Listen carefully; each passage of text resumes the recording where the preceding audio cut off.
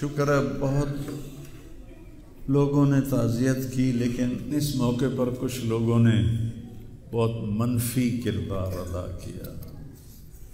میں ایک جوان بیٹے کی میت اٹھا رہا ہوں اور اس کو قبر میں اتار رہا ہوں، اور سوشل میڈیا پہ کیا کیا میرے ملک کے انسانیت ہی بھول گیا ہے، اسلام کو پتہ نہیں کیا بنا دیا ہے۔ اسلام تو آتا ہے جب نبی کی زندگی سامنے ہوتی ہے، تو کوئی خوابوں پہ تبصرے کر رہا ہے اور کوئی میرے اوپر تنقید کر رہا ہے، کوئی میرے بیٹے کو کہہ رہا ہے مولوی کے بیٹے نے خودکشی کر لی، تو بتاؤ میرے اوپر کیا گزری ہوگی اس سے۔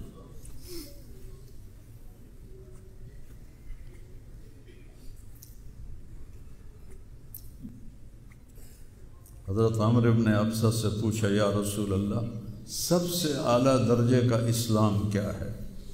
ایک گل غور نال سنیں، سب سے اعلیٰ درجے کا اسلام کیا ہے؟ آپ نے فرمایا من سلم المسلمون من لسانہ و یدہ، جو کسی کو اپنی زبان اور ہاتھ سے تکلیف نہ پہنچائے وہ سب سے اعلیٰ درجے کا مسلمان۔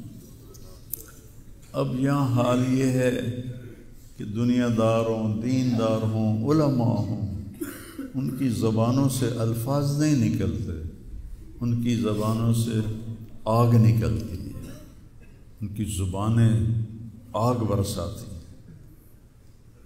تو جب زبان آگ برسائے گی تو دل نفرت سے بھرا ہوگا، لیکن میں نے کہا یا اللہ میں نے تجھ سے وعدہ کیا تھا کہ میں اپنی وجہ سے کبھی کسی سے نفرت نہیں کروں گا، کسی سے بغض نہیں رکھوں گا، کسی سے قطع تعلق نہیں کروں گا۔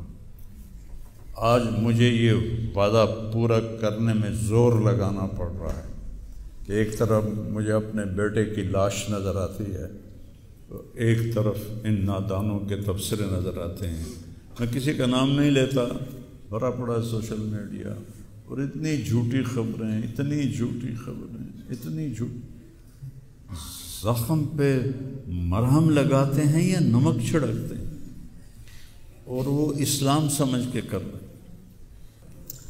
میرے بیٹے کی لاش میرے سامنے ہر وقت نظر آتی رہتی ہے، اور کوئی کہہ رہا ہے خواب جھوٹا بیان کیتا سوں، کوئی کہہ رہا ہے بیان کرنے والا کوئی جھوٹا ہے ہی، کوئی کہہ رہا ہے قرآن خوانی کیوں کیتی سوں، یہ تو حرام ہے، کوئی کہہ رہا ہے دعا کیوں کروائی سوں، سارا حلال حرام ایتھے ہی رہ گیا۔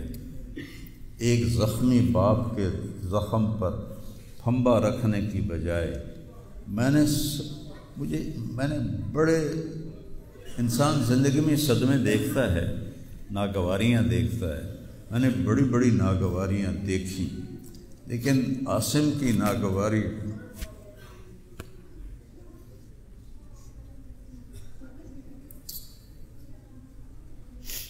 عاصم لا انساک ما ذر شارق وما ناہ قمر الحمام المطوقا عاصم قلبی کل یوم ولیلۃ الیک بما تخفی النفوس معلقا۔ یہ حضرت عبداللہ بن ابو بکر کے اشعار ہیں جو میں نے تھوڑی تبدیلی کے ساتھ آپ کو ذکر کیے ہیں کہ اے عاصم، جب تک سورج چمکتا رہے گا تیری یاد میرے اندر تازہ ہوتی رہے گی، میں تمہیں کبھی بھلا نہ پاؤں گا۔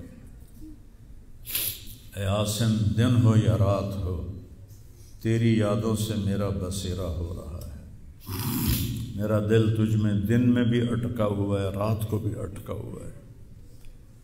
یہ اس وقت میری حالت ہے، تو میں اس کانپتے ہاتھ کو دیکھتا ہوں، پھر یہ شعر پڑھتا ہوں، ترکت اباک مرعشۃ یدا، تو نے کس حال میں باپ کو چھوڑا کہ اس کے ہاتھ کانپ رہے ہیں، وَأُمُّكَ لَا تُسِيغُ لَهَا شَرَابًا، اور تیری ماں کا سینہ اتنا گھٹ گیا ہے کہ اس کے اندر پانی بھی نہیں جا رہا، جو سب سے آسانی سے چلا جاتا ہے۔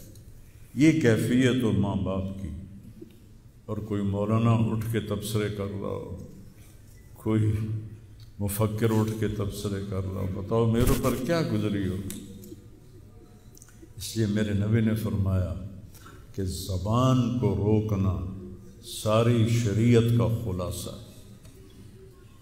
دین بیان کرتے ہوئے جن کی زبانیں زہر بن جائیں اور شعلے برسائیں، ان کو بھگتنا پڑے گا آخرت میں۔ میں نے اپنا حصہ معاف کر دیا، میں کہ یا اللہ میں نہیں چاہتا، میری توبہ کہ میری وجہ سے تیرے محبوب کے کسی امتی پر کوئی تکلیف آئے، میں نے سب معاف کر دیا۔ لیکن اللہ کا نظام تو چلتا ہے پھر،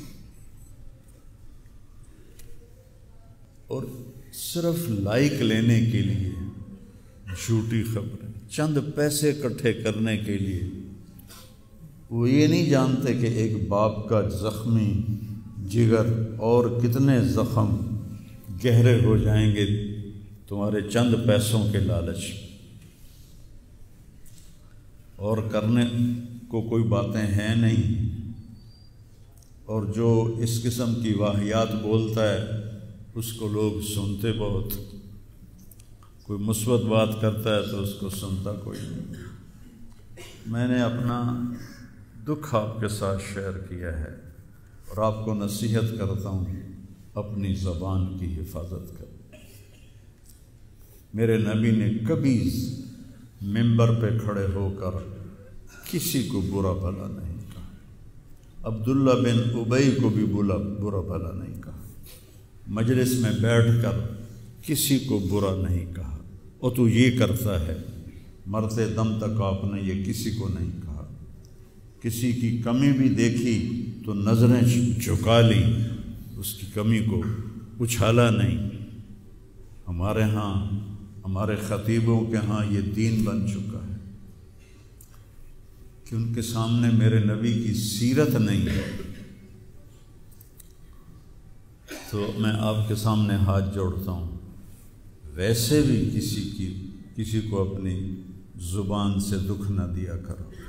چہ جائے کہ ایک جوان بیٹے کی موت کا غم لیے ایک زندہ لاش پھر رہی ہو، اور اس کو پتھر مارے جائیں، اور اس پر اپنے غصے کو نکالا جائے۔ بڑے دکھ کی بات ہے بھائی، بڑے درد کی بات۔ یہ ہماری قوم کی گراوٹ کی انتہا ہے، گراوٹ کی میں تو اس وقت پاگل تھا، جہاں سے مجھے کسی نے جھوٹا خواب بھی سنایا تو میں نے تسلی لی کہ شکر ہے میرا بیٹا، جوان بیٹے کو اللہ نہ تنوں اٹھاون دے ویلا بھی کھاوے، اللہ تنوں اٹھاون دا ویلا نہ بھی کھاوے۔ تو جو تار سے نکلی ہے وہ تم سب نے سنی ہے، جو ساز پہ بھی گزری ہے وہ کس دل کو پتہ ہے۔ یہ تو وہی جانتا ہے جس پہ یہ صدمہ گزرتا ہے، وہی جانتا ہے جس کا جگر ٹوٹے ٹوٹے ہوتا ہے۔ اوروں کو کیا پتہ کہ اولاد، جوان اولاد کا، اور میرا بچہ یہ اتنا نیک تھا، کبھی غیبت نہیں کرتا، کبھی غیبت نہیں کرتا، کسی سے نفرت نہیں کرتا تھا، کسی کی غیبت کرنے نہیں دیتا تھا، کسی کی برائی کرنے نہیں دیتے تھے۔ یعنی اس کی آپ بات سنو کہ یا اللہ جن جن لوگوں نے پاکستان کو لوٹا ہے اس میں جتنا میرا حصہ لوٹا ہے میں نے سب کو معاف کیا۔ ایسے اخلاق والا بچہ میرا مر جائے اور مجھ پر تان و طنز ہو رہا ہو، قرآن خوانی کیوں کرائی،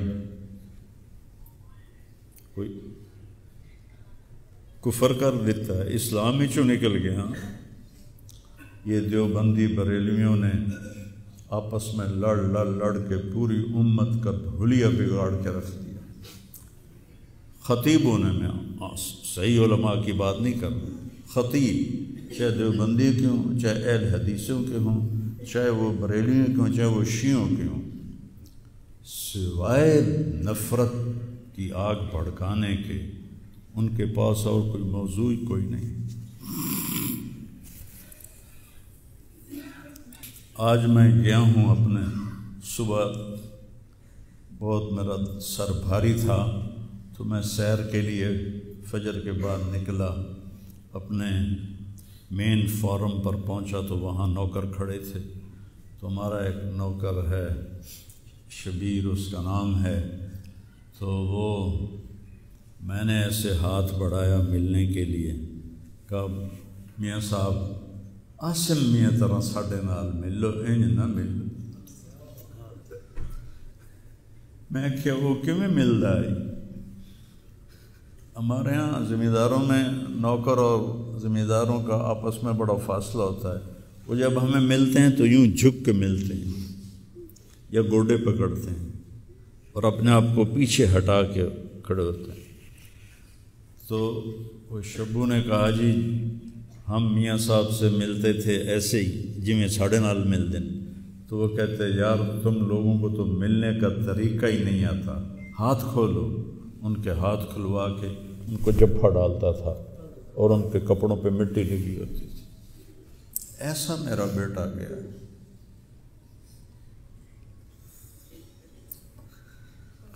نوکر کے منہ سے نوالا نکال کے اپنے منہ میں ڈال کے کھا لیتا تھا۔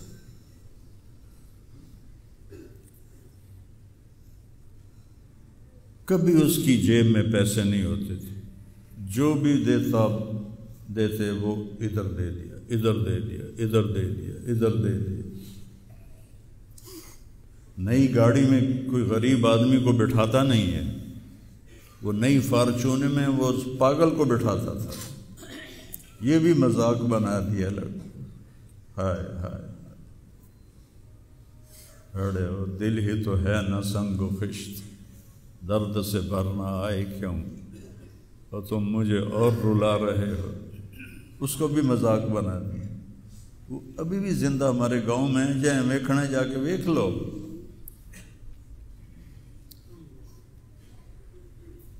اور اس نے کہا کہ میرے رب نے میری بخشش کر دی اس ملنگ کی خدمت کی وجہ سے۔ کسی پاگل دے کپڑے وٹامنا، ناوامنا، وہ دے وال کٹامنا، وہ دے نو کٹامنا، ایک زمیندار دے بیٹے دا اے کوئی سوکھا کام، وہ دے ماں پیو نہ کر دے۔ اتنا غریبوں سے اس کو پیار تھا، اور سخاوت کوٹ کوٹ کے بھری تھی، اور نوکروں کو بھی بھائی کہہ کر بلاتا تھا۔ ہم لوگ بلاتے ہیں اوئے ایدے آ، ہمارے جو ہم نے اپنے والدین کو دیکھا، چاچے تائے بابے دیکھا، اوئے برا، کہتا بھائی ادھر آئیے۔ یہ وجہ ہیرا بندے دا کھڑی جاوے تو دا کیا بس۔